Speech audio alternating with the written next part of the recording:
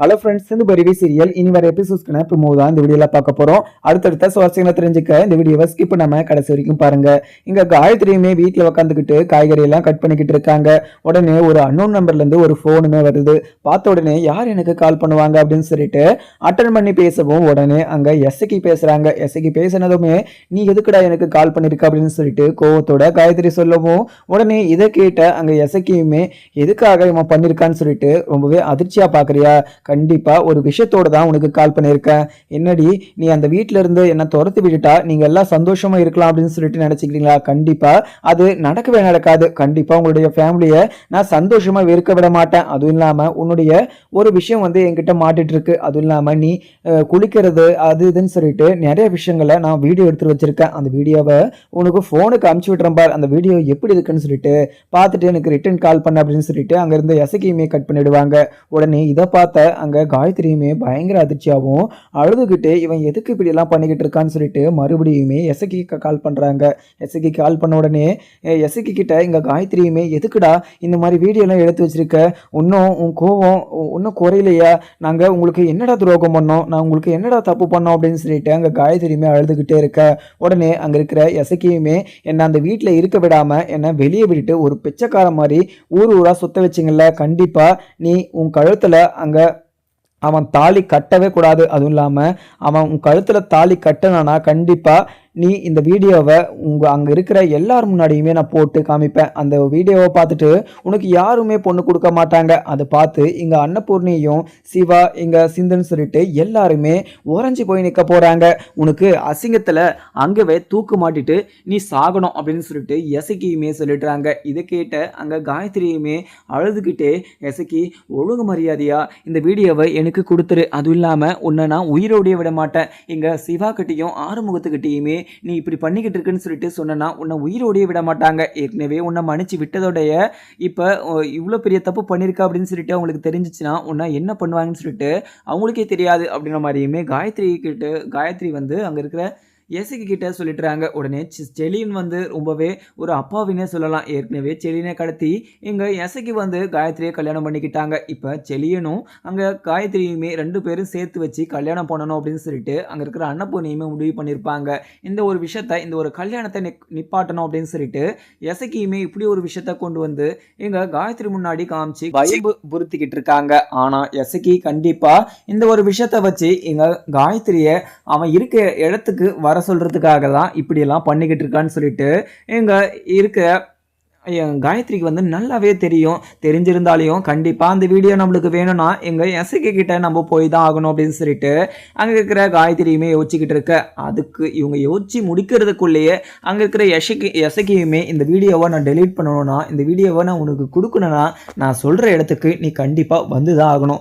அப்படி வரலனா கண்டிப்பாக இன்ஸ்டாகிராம் யூடியூப்னு சொல்லிட்டு எல்லாத்தையுமே உன்னுடைய வீடியோவை போட்டு உன்னை நான் அசிங்கப்படுத்திடுவேன். உனக்கு யாருமே மாப்பிள்ளை பார்க்கறதுக்கோ இல்லை உன்னை கல்யாணம் பண்ணிக்கிறதுக்கோ யாருமே அந்த வீட்டுக்கே வர மாட்டாங்க. நீங்கள் குடும்பத்தோட தூக்கு மாட்டிட்டு சாக வேண்டியதுதான் அசிங்கத்தில் அப்படின்னு சொல்லிட்டு அங்கே இருக்கிற எசக்கியுமே சொல்லிடவும் உடனே காயத்ரியுமே ஐயோ எசக்கி இப்படியெல்லாம் பண்ணிடாது எசக்கி, நான் கண்டிப்பாக நீ சொல்கிற இடத்துக்கு வரேன் அப்படின்னு சொல்லிட்டு ஃபோனையுமே கட் பண்ணிடுறாங்க. உடனே எசக்கி கூட்டிருக்கான் அப்படின்னு சொல்லிட்டு காயத்ரியுமே வீட்டில் இருந்து கிளம்ப உடனே அன்னபூர்ணியுமே காயத்ரி போகிறத பார்க்குறாங்க. பார்த்த உடனே அங்கே காயத்ரியை கிட்ட வர சொல்லவும் உடனே இங்கே காயத்ரி பதட்டத்தோட அன்னபூர்ணி கிட்ட போகிறாங்க.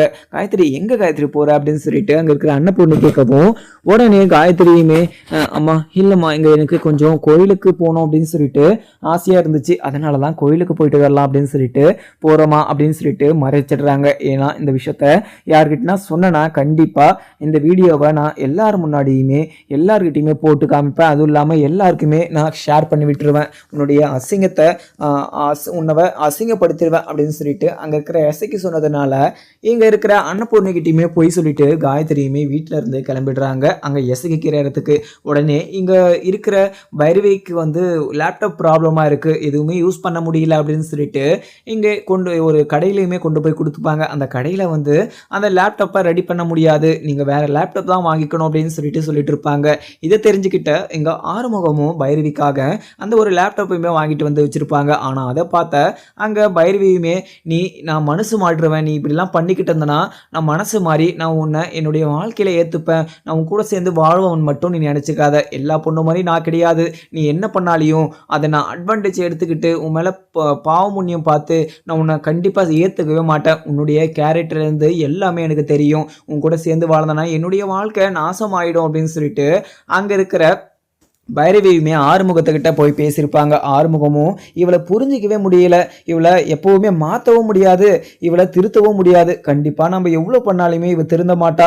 நம்ம எதுவுமே பண்ணனாலுமே பண்ண அப்படின்னு சொல்லிட்டு நம்ம மேலே தப்பு சொல்கிறவளை என்றைக்குமே மாற்றவும் முடியாது, அவளை மறக்கடிக்கவும் முடியாது அப்படின்னு சொல்லிட்டு அங்கே இருக்கிற ஆறுமுகமும் மனசுக்குள்ளே நினச்சிக்க. ஒரு சைடு பார்த்தீங்கன்னா சிவாவுமே அங்கே சிந்துக்கிட்ட பேசிக்கிட்டு இருக்காங்க. சிந்து என்ன இருந்தாலையும் அன்னபூர்ணி பெரியம்மாவை நான் இப்படி ஒரு விஷயத்த நான் கேட்டிருக்க கூடாது, அதுவும் இல்லாமல் நீ வந்து உயிருக்கு போராடிட்டு இருந்தையா, அந்த ஒரு பயத்தில் தான் எங்கள் அன்னபூர்ணி பெரியம்மாவை நான் இப்படி ஒரு வார்த்தையை சொல்லி கேட்டுட்டேன். எனக்கு ரொம்பவே கஷ்டமாகவும் இருக்குது. அன்னபூர்ணி பெரியம்மாவை நான் இப்படி கேட்டிருக்கக்கூடாது. ஆனால் அன்னபூர்ணி பெரியம்மா என் மேலே மிகப்பெரிய ஒரு மரியாதையும் அன்பு அக்கறைன்னு சொல்லிட்டு எல்லாமே வச்சுக்கிட்டு இருக்காங்க. இப்படி இருக்கிற போது நான் எங்கள் அன்னபூர்ணி பெரியம்மாவை பேசுறதை நினச்சி அன்னபூர்ணி பெரியம்மா ரொம்பவே வருத்தப்பட்டுக்கிட்டு இருப்பாங்க.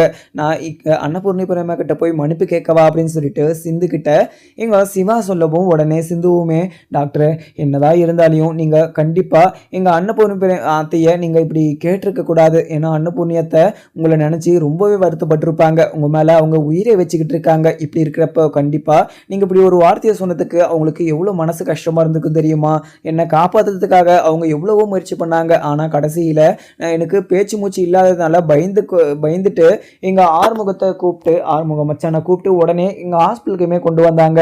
அப்படியேப்பட்ட ஒரு அத்தையை போய் நீங்கள் இப்படி பேசினதை நினைக்கிற போது எனக்குமே ரொம்பவே கஷ்டமாக தான் இருக்குது. ஆனால் என்னதான் இருந்தாலும் நீங்களும் ஏதோ ஒரு கோவத்தில் பேசிட்டீங்க. ஆனால் அங்கே அத்தை வந்து அப்படி இந்த விஷயத்தை எடுத்துக்கவே மாட்டாங்க.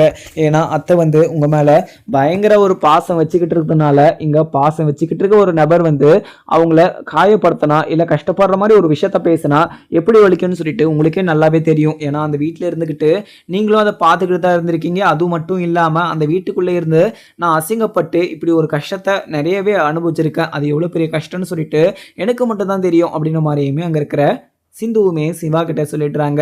உடனே சிவாவுமே சிந்து என்ன இருந்தாலையும் நான் அப்படி ஒரு விஷயத்த கேட்டிருக்க கூடாது.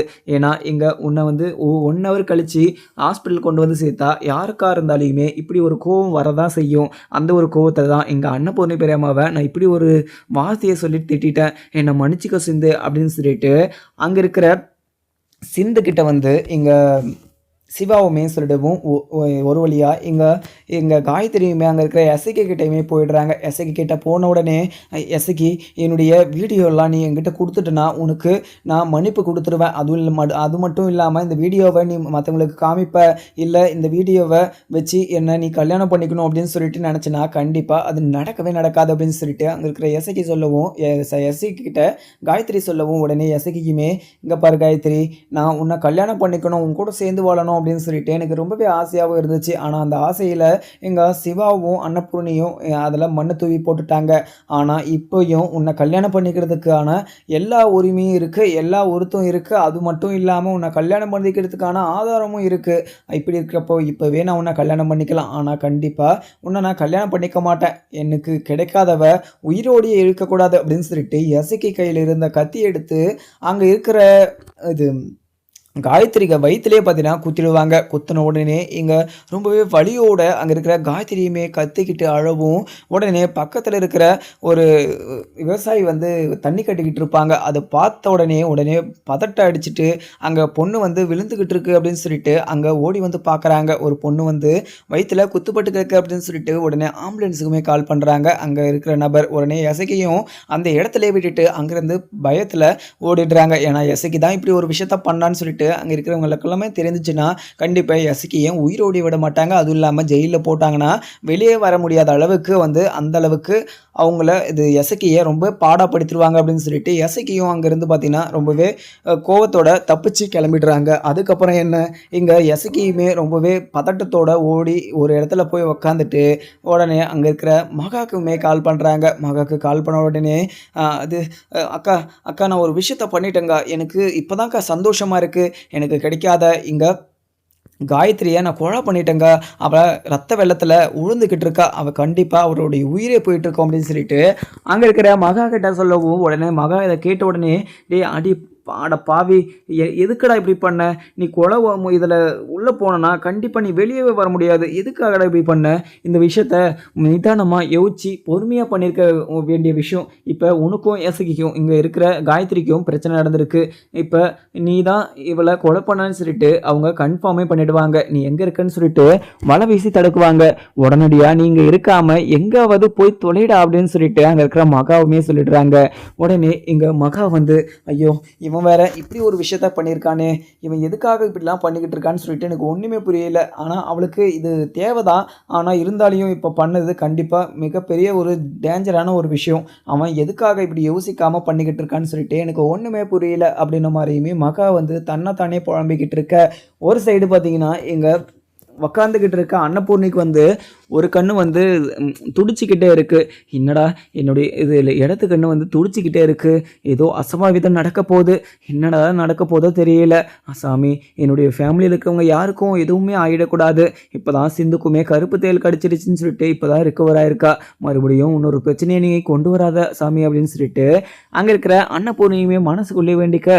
உடனே வேண்டி முடித்த உடனே இங்கே அன்னபூர்ணிக்கு ஒரு ஃபோனுமே வருது. ஃபோன் வந்த உடனே அங்கே அன்னபூர்ணி அட்டன் பண்ணி யார் அப்படின்னு சொல்லிட்டு கேட்கவும், உடனே நாங்கள் ஹாஸ்பிட்டல்லேருந்து பேசுகிறோம், இங்கே கவர்மெண்ட் ஹாஸ்பிட்டல் ஜிஎஸ்டிலேருந்து பேசுகிறோம். இங்கே ஒருத்தர் வந்து குத்துப்பட்டு விழுந்திருக்காங்க. அவங்க யாருன்னு சொல்லிட்டு எனக்கு தெரியல. ஒரு லேடி, அவங்களுக்கு ஒரு 23 வயசு இருக்கும். அவங்க உங்களுடைய மகளான்னு சொல்லிட்டு எங்களுக்கு தெரியல. நீங்கள் கன்ஃபர்மேஷனுக்காக நீங்கள் கொஞ்சம் ஹாஸ்பிட்டல் வர முடியுமா அப்படின்னு சொல்லிட்டு அங்கே இருக்கிற அன்னபூர்ணி கிட்ட சொல்லவும், உடனே அன்னபூர்ணி என்ன மேடம் சொல்லிட்டு இருக்கீங்க, யார் மேடம் அப்படின்னு சொல்லிட்டு பதட்டத்தோட அங்கேருந்து கிளம்பவும், உடனே போய்கிட்டு இருக்கும்போதே இங்கே அன்னபூர்ணிக்குமே கொஞ்சம் சந்தேகமாக இருக்குது. இங்கே இங்கே இங்கே காயத்ரியா வீட்டை விட்டு கோயிலுக்கு போயிட்டு வரேன்னு சொல்லிட்டு போனால் அவளுக்குமே ஒரு 23 வயசு இருக்கும். அவளுக்கு இது எதனா ஆகிட்டு இருக்குமோ, ஐயோ சாமி கடவுளே, எதுவுமே அவளுக்கு ஆகிருக்கக்கூடாது அப்படின்னு சொல்லிட்டு போகிற போதே இங்கே அன்னபூர்ணியுமே மனசுக்குள்ளே நினச்சிட்டு போகிறாங்க. அது மட்டும் இல்லாமல் உடனே ஃபோன் பண்ணி எங்கள் சிவாவுக்கு ஃபோன் பண்ணி இந்த விஷயத்த சொல்லணும். உடனே இங்கே சிவாவை அங்கே ஹாஸ்பிட்டலுக்கு வர சொல்லணும் அப்படின்னு சொல்லிட்டு அங்கே சிவாவை வந்து ஹாஸ்பிட்டலுக்குமே வர சொல்கிறாங்க. சிவாவை ஹாஸ்பிட்டலுக்கு வர சொன்ன உடனேயே அங்கே கட் பண்ணிவிட்டு உடனே ஹாஸ்பிட்டலுக்கு போன உடனே அங்கே காயத்ரியை பார்க்கவும் உடனே பயங்கர அதிர்ச்சி ஆகிடுறாங்க. அங்கே இருக்கிற அன்னபூர்ணியுமே அந்த ஒரு அதிர்ச்சியில் மயக்கம் போட்டுமே கீழே விழுந்துட்டுறாங்க. பக்கம் இருக்கிற ஆளுங்கள்லாம் தண்ணி தெளித்து அங்கே அன்னபூர்ணியை எழுப்பிவிடவும், அன்னபூர்ணி அங்கே காயத்ரியை பார்த்து பயங்கரமாக அழுதுகிட்டே இருக்காங்க. இன்னம்மா எதுக்காக அழுதுகிட்டு இருக்கீங்க, இது யாருமா உங்களுடைய மகளா அப்படின்னு சொல்லிட்டு கேட்கவும், ஆமாம் சார் இது என்னுடைய மக தான் சார், இது யார் சார் இப்படி பண்ணுது அப்படின்னு சொல்லிட்டு அங்கே இருக்கிற போலீஸ்கிட்ட அன்னபூர்ணி கேட்கவும், உடனே போலீஸும் இந்த பாருமா இவ குத்துப்பட்டு ஒரு ஏரியாவில் கிடந்துருந்தா, அங்கிருந்த பார்த்த நபர் வந்து எங்களுக்கு கால் பண்ணி இன்ஃபார்ம் பண்ணியிருக்காங்க. நாங்கள் இவங்களை சேஃபாகவும் தூக்கிட்டு வந்திருக்கோம். தூக்கிட்டு வரும்போதே இவளுடைய உயிர் வந்து பிரிஞ்சிருச்சு. இதுக்கு மேலே இவளை காப்பாற்றலாம் முடியாது. இவளை யார் இப்படி பண்ணதுன்னு சொல்லிட்டு நாங்கள் கண்டுபிடிக்கிறோமா, நீங்கள் எதுக்குமே ஃபீல் பண்ணாதீங்க அப்படின்னு சொல்லிட்டு போலீஸுமே சொல்லிடுறாங்க. உடனே அங்கே இருக்கிற அன்னபூர்ணியுமே ஆறுமுகத்துக்கும் பைரவிக்குமே கால் பண்ணி இந்த விஷயத்த சொல்லிடுறாங்க. அவங்களுமே கேள்விப்பட்டு ரொம்பவே பயத்தோட அழுகையோட அங்கே ஹாஸ்பிட்டலுக்குமே வராங்க. உடனே சிவாவுக்குமே இந்த விஷயம் தெரிஞ்சிருக்கும். சிவாவும் அங்கே இருக்கிற சிந்துவும் 2 பேரும் சேர்ந்து ஹாஸ்பிட்டலுக்கு வந்துக்கிட்டு இருக்க. இவங்க எல்லாருமே வந்து அங்கே காயத்ரியை பார்த்த உடனே ரொம்பவே அதிர்ச்சியோட அழுதுகிட்டுமே இருக்காங்க. ஐயோ காயத்ரி உனக்கு என்னாச்சு, உன்னை யார் இப்படி பண்ணது அப்படின்னு சொல்லிட்டு அழுதுகிட்டு இருக்க. உடனே எங்கள் சிவாவுமே சார் இது யார் சார் பண்ணது, இதை பண்ணவங்களை நீங்கள் சொல்லுங்கள் சார் அப்படின்னு சொல்லிட்டு அங்கே இருக்கிற எல்லாருக்கிட்டையுமே இங்கே சிவாவுமே கேட்குறாங்க. ஆனால் சிவா கேட்டதும் அங்கே போலீஸுமே சார் எங்களுக்குமே யாருன்னெலாம் தெரியாது, அதுவும் இல்லாமல் இப்போ விசாரணை தான் நாங்களுமே பண்ணணும், ஏன்னா இவர் இருந்த இடத்துல யாருமே இல்லை, அது மட்டும் இல்லாமல் அங்கே எந்த ஒரு தடையமும் கிடையாது, அதனால் இந்த ஒரு விஷயத்தில் கொஞ்சம் ஸ்ட்ராங்காக தான் யோசிக்கணும் போல். இந்த விஷயம் வேறு இப்போ ரொம்பவே மேலிடத்துக்கு வரையும் தெரிஞ்சிச்சுன்னா நம்ம மேலே தான் ப்ரெஷர் பண்ணுவாங்க. நம்ம இந்த விஷயத்த மேலிடத்து வரையும் பார்த்தீங்கன்னா இன்ஃபார்ம் பண்ணாமல் முதல்ல நம்ம இதை நம்மளே கண்டுபிடிக்கிற வழியை பார்க்குவோம். அதுக்கப்புறம் நம்ம இதை எடுத்துக்கிட்டோ இல்லை வேறு எதனா பண்ணிட்டோ நம்ம இங்கேருந்து கிளம்பலாம். அது யாருமே எந்த ஒரு விஷயமும் நம்மளுக்கு எதிராகவும் இப்படியெல்லாம் பண்ணியிருக்க மாட்டாங்க அப்படின்னு சொல்லிட்டு அங்கே சிவா யோசிச்சுக்கிட்டு இருக்க. உடனே சிந்துவுமே டாக்டரே ஒருவேளை இங்கே எசக்கி தான் இப்படி ஒரு விஷயத்த பண்ணியிருப்பானோ அப்படின்னு சொல்லிட்டு அங்கே இருக்கிற சிந்து சொல்லவும், இதை கேட்ட சிவாவும் சிந்து நீ சொல்கிற மாதிரி எங்கள் எசக்கியை நம்ம வீட்டை விட்டு அசிங்கப்படுத்தி வெளியே அமிச்சோம், அந்த ஒரு அசிங்கத்தில் கண்டிப்பாக இங்கே இது அவனுக்கு கிடைக்காத யாருக்கும் கிடைக்கக்கூடாது அப்படின்னு சொல்லிட்டு எஸ்ஐக்கு இப்படி ஒரு விஷயத்த பண்ணியிருந்தாலும் கண்டிப்பாக பண்ணியிருக்கலாம். எனக்கு அவனை பற்றி நல்லாவே தெரியும். இங்கே இவ்வளோ பெரிய காரியத்தை அவன் எப்படி பண்ணியிருப்பான்? ஒத்தாள் பண்ணியிருக்க மாட்டான், அவன் வேறு ஏதோ தான் பண்ணியிருக்கான் அப்படின்னு சொல்லிட்டு அங்கே இருக்கிற எஸ்ஐக்கியுமே சொல்லவும், உடனே எஸ்ஐக்கி இப்படி ஒரு தப்பை பண்ணான்னு சொல்லிட்டு சிவா சொல்லிக்கிட்டு இருக்க, உடனே சிந்துவுமே அங்கே நின்றுக்கிட்டு இங்கே காயத்ரி என்கிட்ட ரொம்பவே பாசமாகவும் பேசுவா. அதுவும் இல்லாமல் இந்த விஷயம் அங்கே இருக்கிற உங்கள் எல்லாருக்கும் தெரிஞ்சிச்சுன்னா எல்லோரும் ரொம்பவே வருத்தப்படுவாங்க. அது மட்டும் இல்லாமல் இங்கே இவளுக்கு இப்படி ஆனதுக்கு காரணம் இங்கே எசைக்கு தான். எசைக்கியை சும்மாவே விடக்கூடாது அப்படின்னு சொல்லிட்டு சிந்துவுமே சொல்லிடுறாங்க. உடனே செலினுக்குமே இந்த விஷயம் தெரிய வந்துடுது. செலினும் அங்கே ஹாஸ்பிட்டலுக்குமே வந்துட்டுருப்பார். இங்கே காயத்ரியை பார்த்த உடனே பயங்கர அழுகையோடு அங்கே காயத்ரி முன்னாடி உக்காந்துக்கிட்டு, காயத்ரி, ஏன் காயத்ரி, உன்னை யார் இப்படி பண்ணது? ஐயோ, என்னுடைய உயிரே கொண்டுட்டாங்களே அப்படின்னு சொல்லிட்டு அங்கே இருக்கிற எல்லாருமே அழுதுகிட்டு இருக்க. ஒரு சைடு பார்த்தீங்கன்னா அங்கே இருக்கிற எசைக்கு சந்தோஷமாக தான் இருக்காங்க, ஆனால் மகாவுமே சந்தோஷமாக தான் இருக்காங்க. ஏன்னா அந்த வீட்டில் ஒவ்வொரு பிரச்சனையாக கொண்டு வரணும் அப்படின்னு சொல்லிட்டு தான் அவங்களுடைய ஆசை. எல்லாருக்குமே இந்த ஆசை வந்துடுச்சு. அதுக்கப்புறம் எங்கள் செலினை இந்த ரொம்ப பயங்கரமாக அவங்களுடைய அழுகையை இது நிறுத்த முடியாமல் அந்தளவுக்கு வருத்தப்பட்டு அழுதுகிட்டு இருக்காங்க. ஏன்னா செலின் காயத்ரி மேலே உயிரே வச்சுக்கிட்டு இருந்தார். ஆனால் கடைசியில் எங்கள் செலின் கூட காயத்ரிக்கு கல்யாணம் ஆகக்கூடாதுன்னு சொல்லிட்டு எசைக்கு இப்படி ஒரு விஷயத்த கண்டிப்பாக பண்ணியிருக்கக்கூடாது. இங்கே ஒரு லவ் பண்ணுற பொண்ணு கல்யாணம் பண்ணிக்கிட்டு சந்தோஷமாக இருக்கணும் அப்படின்னு நினைக்கிற ஒரு ஆம்பளை தான் நல்ல ஆம்பளையாக இருக்க முடியும். இப்படியெல்லாம் இங்கே எனக்கு கிடைக்காதவ வேறு யாருக்குமே கிடைக்கக்கூடாது அப்படின்னு சொல்லிட்டு நினைக்கிறவன் உயிரோடையே இருக்கவே கூடாது அப்படின்னு சொல்லிட்டு அங்கே இருக்கிற எல்லார் முன்னாடியும் சொல்லிடுறான். ஏன்னா அங்கே எல்லார் முன்னாடியும் அசிங்கப்பட்டு நிற்கணும். எதனால நீ இப்படிலாம் பண்ணிக்கிட்டு இருக்க, அதெல்லாம் எனக்கு கொஞ்சம் கூட புரியல அப்படின்னு சொல்லிட்டு அங்கே இருக்கிற விஷாலுமே சொல்லிடுறாங்க. அதுக்கப்புறம் என்ன, இங்கே காயத்ரியை போஸ்ட்மார்ட்டம் பண்ணுறதுக்காக உள்ளேயுமே கொண்டு போய்ட்றாங்க. ஆனால் இங்கே அழுகையை தாங்க முடியாமல் இங்கே அன்னபூர்ணியுமே பயங்கரமாக அழுதுகிட்டு இருக்காங்க. அழுதுகிட்டே இருந்து அதுக்கப்புறம் என்ன, எல்லாருக்கும் சேர்ந்து இங்கே இப்படியே இங்கே சமைக்கலாம் அப்படின்னு சொல்லிட்டு இங்கே இவ்வளோ ஏமாந்தத்தை எடுத்துகிட்டு வந்திருக்கு.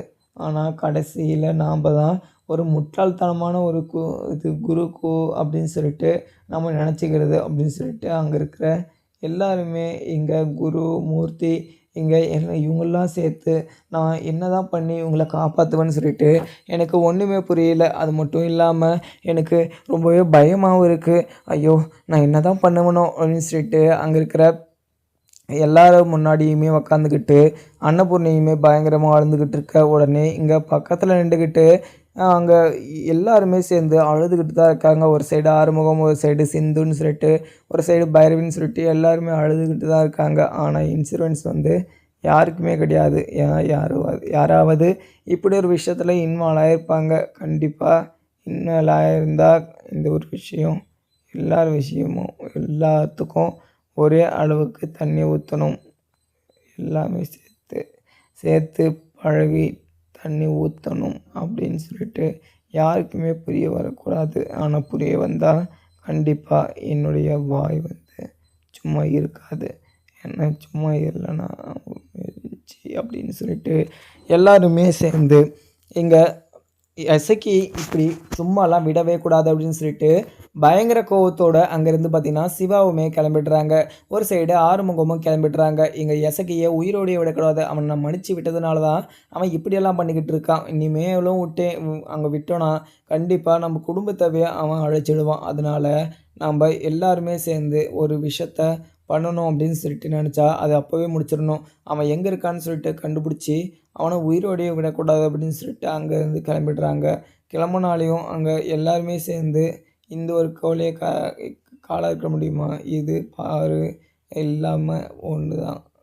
எல்லாருமே சேர்ந்து இப்படி ஒரு விஷயத்த பண்ணிட்டாங்களே, என்னுடைய தங்கச்சி போயிட்டாலே, ஐயோ என்னுடைய தங்கச்சி போயிட்டாலே அப்படின்னு சொல்லிட்டு அங்கே சிவாவுமே பயங்கரமாக அழுதுகிட்டு இருக்க. ஒரு சைடு அன்னபூர்ணியுமே, சிவா இங்கே காயத்ரியை பாரு சிவா, அவள் கண்ணவே விழிக்க மாட்டா சிவா, என்னை காப்பாற்று சிவா, வா சிவா அப்படின்னு சொல்லிட்டு அங்கே இருக்கிற எல்லார் முன்னாடியும் இங்கே சிந்துவும் சரி, இங்கே சிவகாசியும் சரி, யாராக இருந்தாலையும் எங்கள் சிவகாசி இங்கே எல்லா இடத்துலையுமே நம்மளுடைய ஆட்களெல்லாம் வச்சு எல்லா இடத்துலையுமே தடுக்கணும் அப்படின்னு சொல்லிட்டு அங்கே இருக்கிற சிவாவுமே ஆர்டர் கொடுத்தாரு அப்படின்னு சொல்லிட்டு மேலிடத்துல கொடுத்தா இங்கே அங்கன்னு சொல்லிட்டு எல்லாருமே சுற்றிக்கிட்டு இருந்தீங்கன்னா கண்டிப்பாக இங்கே எசக்கி எங்கே இருக்கான்னு சொல்லிட்டு கண்டுபிடிக்க முடியாது. எசக்கி ஃபோன்லேருந்து ஃபோன் வந்துருக்கு இல்லையா, எங்கள் காயத்ரி ஃபோனை வந்து லாக் எடுத்து அதுக்குள்ளே தான் போகணும். இங்கே அங்கே எல்லா இடத்துக்கும் ஏன்னா சார்ஜ் ஏன் உந்து 1 ஹவருக்கு மேலே வந்து ஏறுறதில்லையா அப்படி இப்படின்னு சொல்லிட்டு எல்லாமே முழிச்சிருக்கிறாங்க. அதுக்கப்புறம் என்ன, எங்கள் ஸ்னேகாவுமே ரொம்ப நாளாக அமைதியாக இருக்காங்க அப்படின்னு சொல்லிட்டு நினச்சிக்காதீங்க. எங்கள் சிவாவை அடையணும் அப்படின்னு சொல்லிட்டு